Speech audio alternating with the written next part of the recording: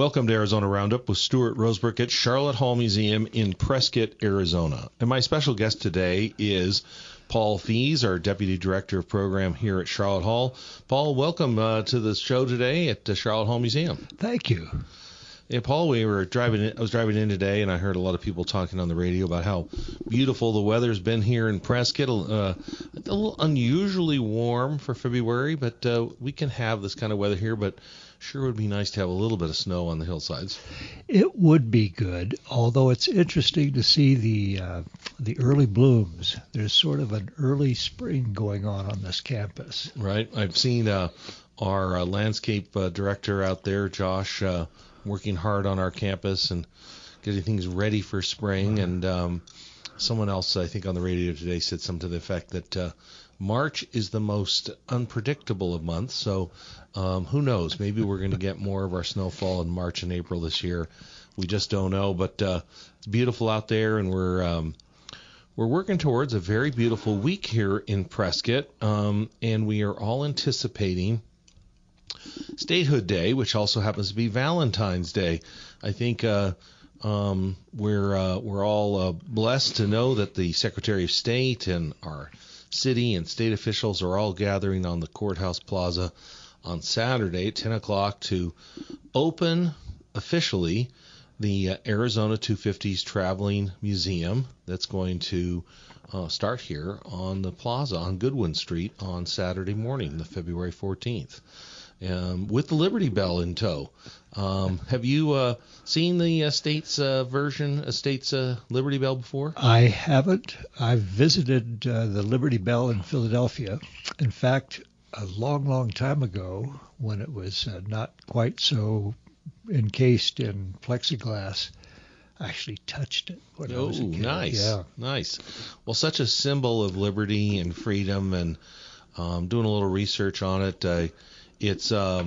We received our Liberty Bell here in Arizona, the replica, as every state, I believe, Washington, D.C., and at that time, Alaska and Hawaii were still territories in 1950 for a nationwide savings bond drive that raised close to $1 billion. And it was an era of America reminding itself of thrift and wartime, and the Korean conflict had broken out, and the United States decided to challenge children and adults across the country to put some money away and help bank the country's rebuilding after World War II.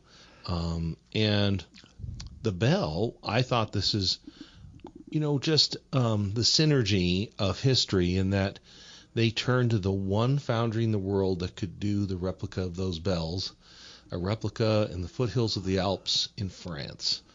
The same country that came to us and helped save us against the British and the Revolution.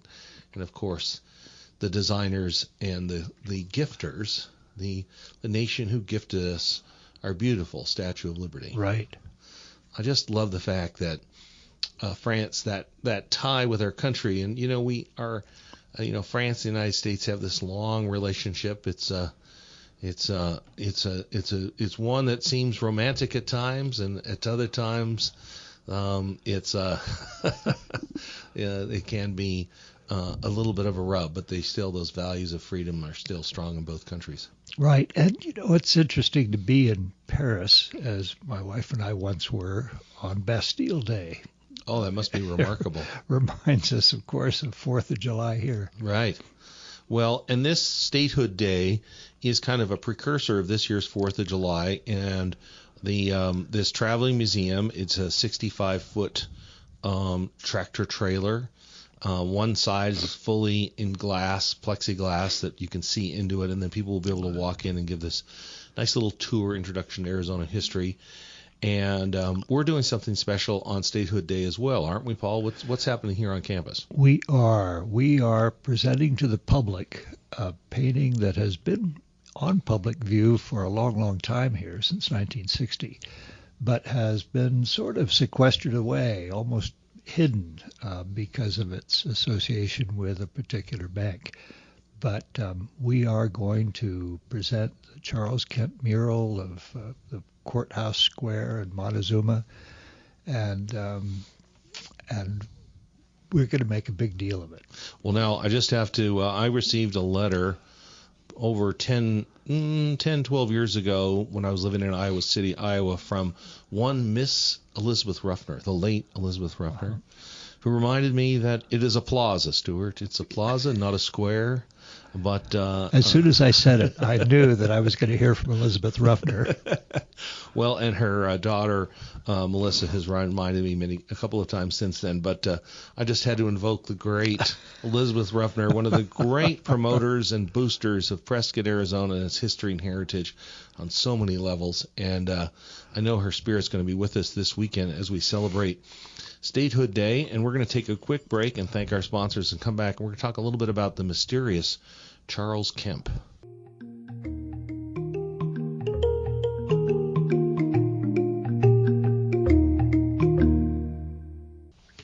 Since 1995, Helkin & Horn Ad Agency has helped local businesses stand out and succeed from print and radio to websites and social media.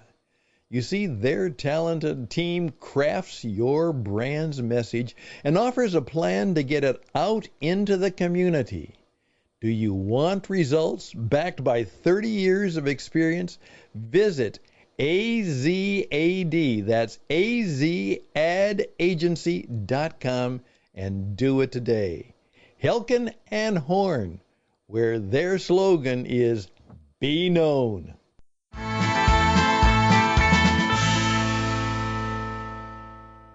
Welcome back to Sharlot Hall Museum and on Arizona Roundup with Stuart Rosebrook. I'm here with my good friend Paul Fees, our Deputy Director of Program here at Sharlot Hall Museum.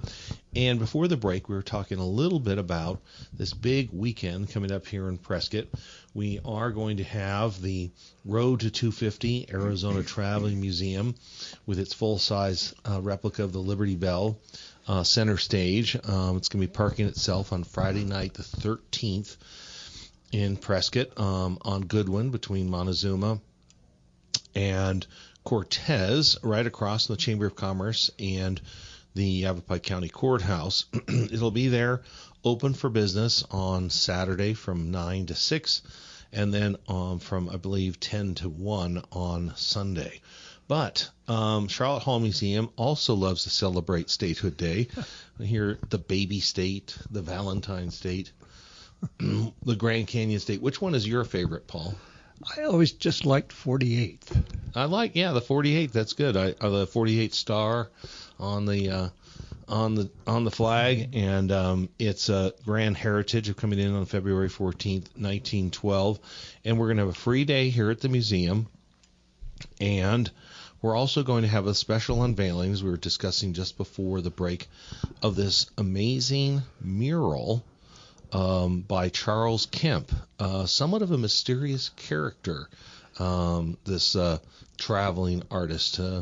What do we know about Charles Kemp and this mural that depicts when is this mural of the plaza?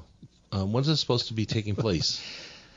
The setting for Kemp's painting, and I think he didn't really give it a title. I think he just called it Prescott, but it was set on the corner of Goodwin and Montezuma, looking down Whiskey Row and looking across at the plaza. It's set in about June 1900.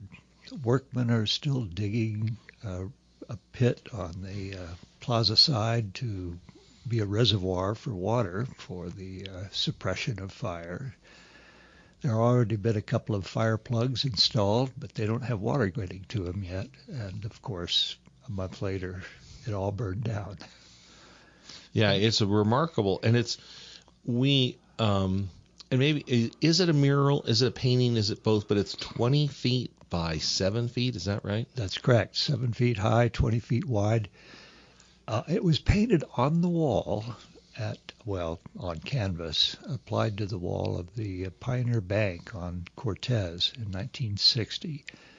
Kemp had painted a 7-inch by 20-inch watercolor as both a study for the mural, but also perhaps to sell the bank on what they were going to be getting. And then he did his masterpiece in oil on canvas on that bank wall, and it has survived these many years now, and finally is in a place where it could be treated the way it should be treated, as a work of art, and also appreciated by a bigger public than it has seen before. And it had been hanging. It had moved from, you said, the Pioneer Bank? Pioneer Bank was later became part of Great West, which became part of Norwest. And Norwest, of course, became part of Wells Fargo. That branch on Route 69 was originally a Norwest Bank branch. And when they became part of Wells Fargo took it over. Now, Wells Fargo has, of course, been contracting. At least it's been, as the corporation has expanded. With online banking, they needed fewer branches. And so they've closed a couple of the Prescott branches, and this museum has benefited from that. One of the big benefits, of course, is that they don't have a home for their art. I've visited the Wells Fargo headquarters in San Francisco. They have a terrific museum, Stagecoach and all that stuff. Well known. They have well-known archives. They do. The archives are wonderful. I've worked in them. But they don't have a home for things like this Charles Kemp painting. And besides, it belongs here where it was done, and because of what it depicts. So Wells Fargo called you. Yeah, that's right.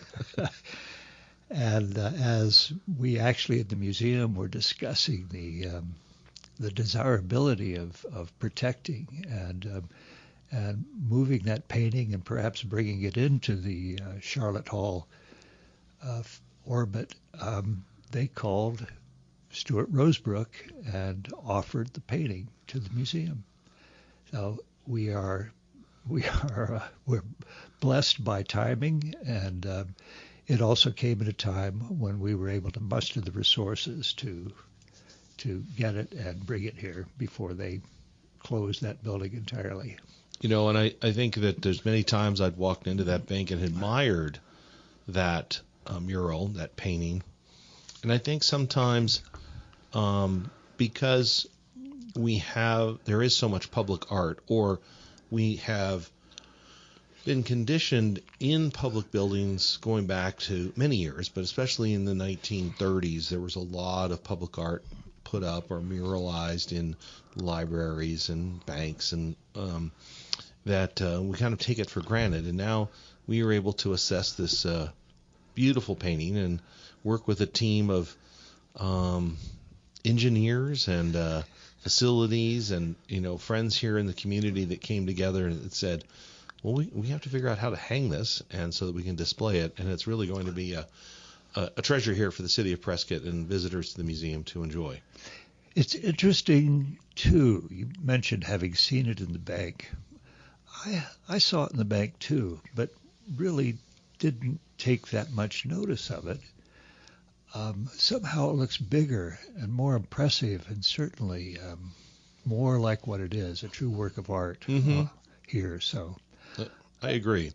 It was kind of on a wall off to the side, and as you were standing to make your deposit, and you'd look over your shoulder, and go, oh, that's nice. Maybe if I have a few extra minutes, I'll go over there and take a look at it. And but I'm still intrigued about our artist Charles Kemp, and we're going to take another break and thank our sponsors, and we're going to come back and talk about the role of public art in banks and Charles Kemp's kind of the historic nature of his work that ties him to some of those great artists earlier in the 20th century.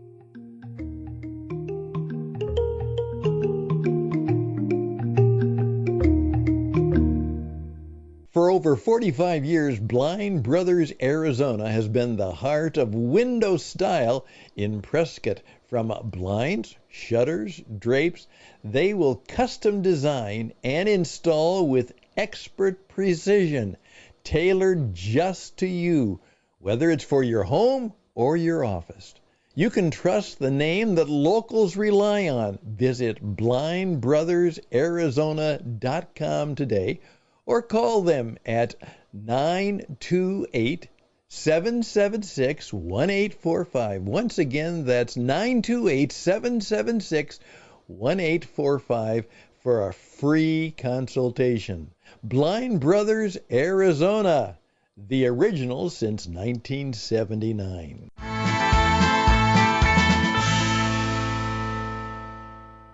Welcome to Arizona Roundup with Stuart Rosebrook at Sharlot Hall Museum. And my special guest today is Paul Fees.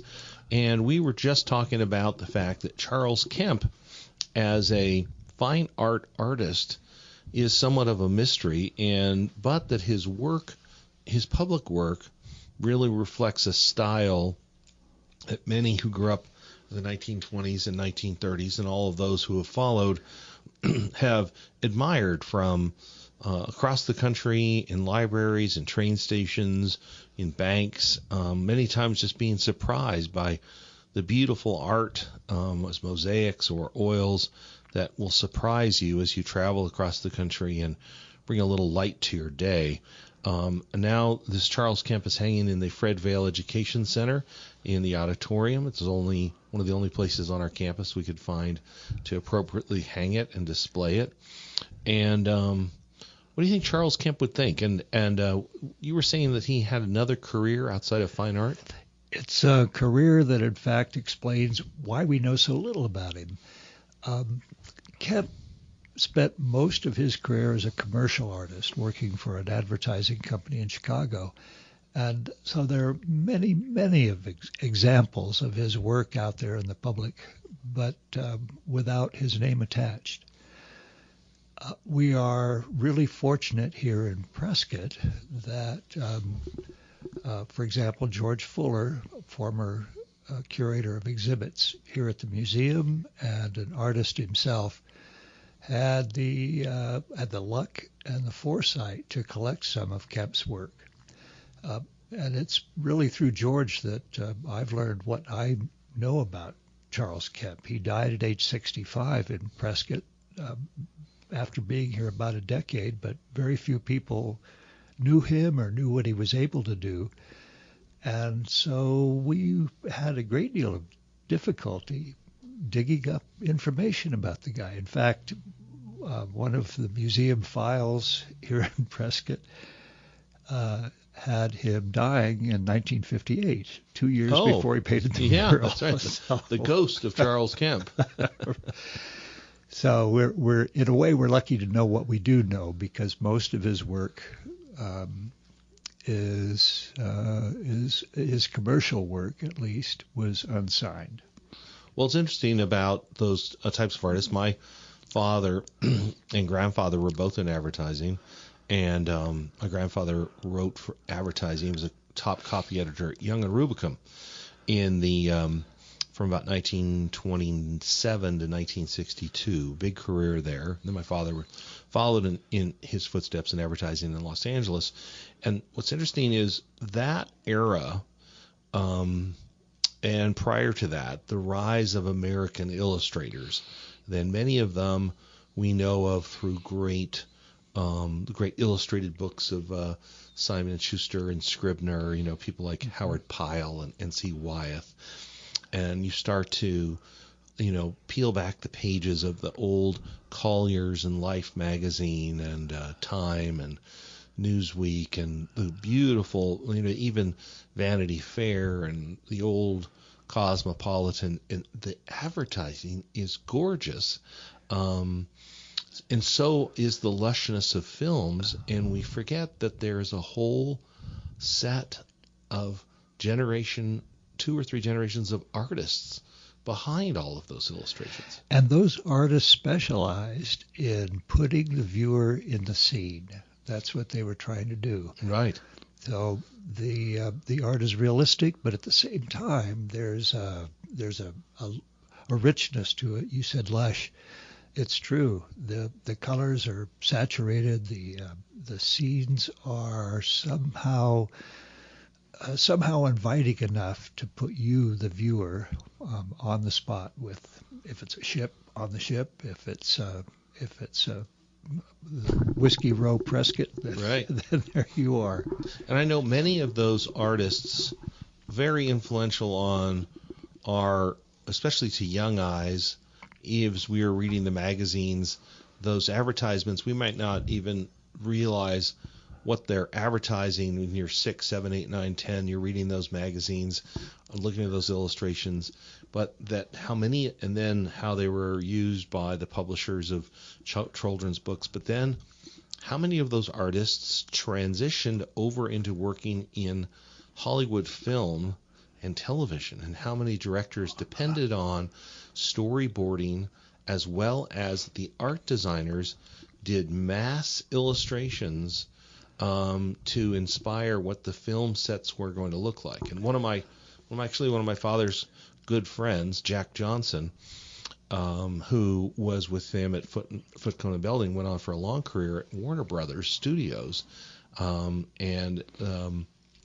this Charles Kemp, as you talk about Charles Kemp being an advertising illustrator, he definitely has the skill set that would have caught the eye of great directors to say, here's my vision. And, we know even that John Ford read an article in Collier's called Stage to Lordsburg. It was well illustrated, and that became the movie Stagecoach. And influenced the cinematography of Stagecoach as well. Before CGI, before computer-generated imagery, matte painters, too. That's right. Were providing that realistic setting, that realistic background. That's right. And they may be one of a group of artists that draws it from in pencil to, as you said, a study of 20 by 7 inches to these giant matte paintings. And one of the films that I remember that Jack Johnson did that's a popular movie out there is called Goonies. And I've seen his illustrations, and I actually saw the set when they were filming it. But it's Jack Johnson's illustration of a clipper ship trapped in a cave, a massive painting he did that then was used as the basis for the set designers to build the ship inside of a soundstage on the back lot of Warner Brothers in Burbank, California. Huh.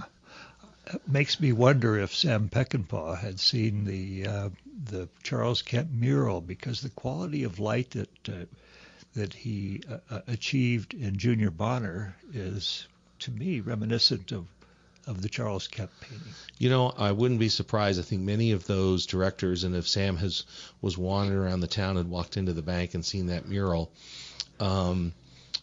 and had seen artists like that, we can see that in the opening of The Wild Bunch as he captures that opening scene in a town with a central plaza.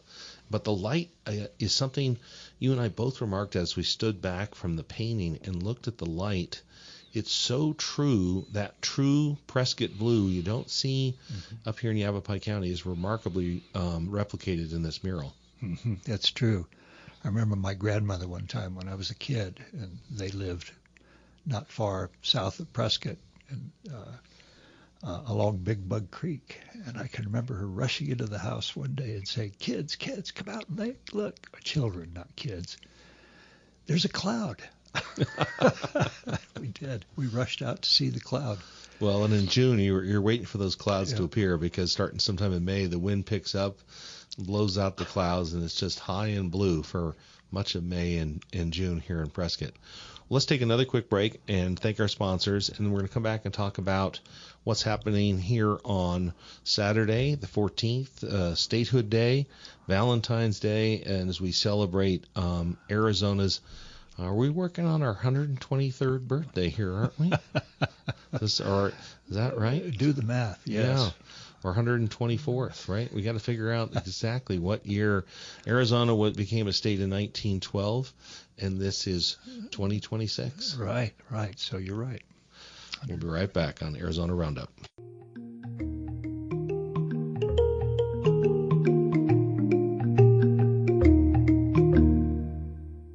Looking for the perfect gift? Visit the Bashford House gift shop on the grounds of Sharlot Hall Museum. No admission required, just walk right up. Explore unique, locally made treasures, a wide selection of history books, and so much more.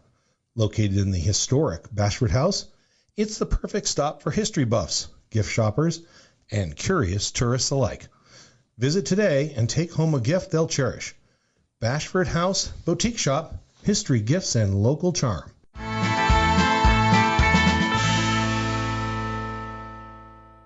Welcome back to Arizona Roundup with Stuart Rosebrook at Sharlot Hall Museum with my special guest today, Deputy Director of Program here at Sharlot Hall Museum, Paul Fees. And we were just talking about this special weekend coming up here. It is the 114th anniversary of the state of Arizona Statehood Days. And we are going to have a great celebration here in Prescott, beginning with the debut of the Traveling Museum. Down path to Road to 250, Arizona Traveling Museum, followed by at 1:30 on Saturday afternoon, we're going to have a special debut of the Charles Kemp mural. Let's talk about that a little bit. Paul, what's going to happen here on campus and what should people expect? Well, first of all, it'll be a free day here at Sharlot Hall. No admission charge. Come on in. And second, at 1:30, we're going to gather in the auditorium of the Education Building and talk a little bit about Charles Kemp and what people are going to be seeing on the wall there. It's not literally unveiling it. We're not pulling a screen down or parting the curtains, but we are making a public presentation of a painting that has been not hidden, but certainly shaded from the public since it was created. Well, I'm looking forward to that, and I think that everyone, they can come in the front entrance. It's a free day here. Hopefully they've been downtown. We're open from until 4 o'clock on Saturday, and then we're open back up on Sunday from noon to 4 if they don't make it to the museum on Monday. If they do go downtown and visit our booth, which is going to be adjacent to the Traveling Museum, we will have some special coupons for the weekend. So I would suggest to head on down to our Traveling Museum, be there for the 10 o'clock kickoff, in which our Secretary of State will be kicking off AZ 250 and a celebration of America's 250 on July 4th. And we were talking a little bit about Charles Kemp, and I think that is there more public art like that here in town that we should direct people to? A year and a half ago, about 2 years ago actually, we celebrated public murals in this town. Not only the Granite Creek project, but the number of really wonderful murals that decorate this town and call attention to the area's history, call attention to the merchants and the builders and the railroad people. This is really Prescott is really a place to appreciate that kind of public expression of color and action and history. Now, speaking of art, and we know that we highly recommend our guests here in Prescott and listeners to go to out to the Phippen Art Museum out on 89, a wonderful Western art museum, a neighbor of ours. Museum of Indigenous Peoples down on Gurley has a very fine art collection. And in fact, this weekend, February 8th, yesterday, was the 165th birthday of Kate Thompson Corey. Kate Corey, of course, is a nationally recognized artist, especially of the Hopi people. So the Museum of Indigenous People, for example, has a nice collection of her ethnographic art, as does the Smithsonian. We here don't have quite as many of the ethnographic paintings, but we do have a very nice selection that shows her range of ability and her artistic sensibilities. And so we've mounted a small exhibition, a selection of her works, too, in our Lawler lobby. So there's a lot of art to celebrate this week. There sure is, and I hope that when people come on campus this weekend and they come to see the Charles Kemp mural in the Education Building, that they do stroll down to the Lawler Building and into the entryway there. It's a really dynamic building of exhibits. The Kate Corey exhibit is right there to your left when you come into the lobby. And appropriately to the right of that in the lobby is a nice exhibit on Sharlot Hall, who's one of Kate's best friends, great supporter and champion of Kate's artistry. And then fabric art, of course. Right, that's right. If you take the Dressed next in step. Prescott. Right. Tell us a little bit about that, Paul, and how long will that exhibit remain up? Just through the remainder of this month. What's the title of that exhibit again? Dressed in Prescott. Dressed in Prescott, and that's in the center gallery. And it's kind of a walk through the history of fashion in Prescott from, the 1870s to the 1950s? Well, yes, and kind of a celebration of the technology, too. We gave us an opportunity to bring some of the really historic sewing machines and other technology up from the vaults and showcase it with dresses that begin actually in the 1860s and come all the way through the square dance fashions of the 1950s. And don't forget, if you're interested in Prescott art, that Doc and friends, bringing Doc and the Earps back to Prescott. That's right. We've got a lot of art up on campus right now. now. Bob Bosbell and Tom Ross paintings are still up in the West Gallery. That's right. Keep strolling west after you've seen Dressed in Prescott to the West Gallery. See this remarkable exhibit there of Bob Bosbell and Tom Ross's interpretation of the Earps and Doc Holliday in Prescott the and doctor in will Tombstone. See you now. Yeah. The doctor will see you now. That's exactly right. Well, Paul, this has been great having you on Arizona Roundup today, and we look forward to our visitors coming to the museum to see our art exhibits, and we will continue to bring you in maybe on a monthly basis, Paul, just to keep people up to date on what's happening here on campus at Sharlot Hall Museum.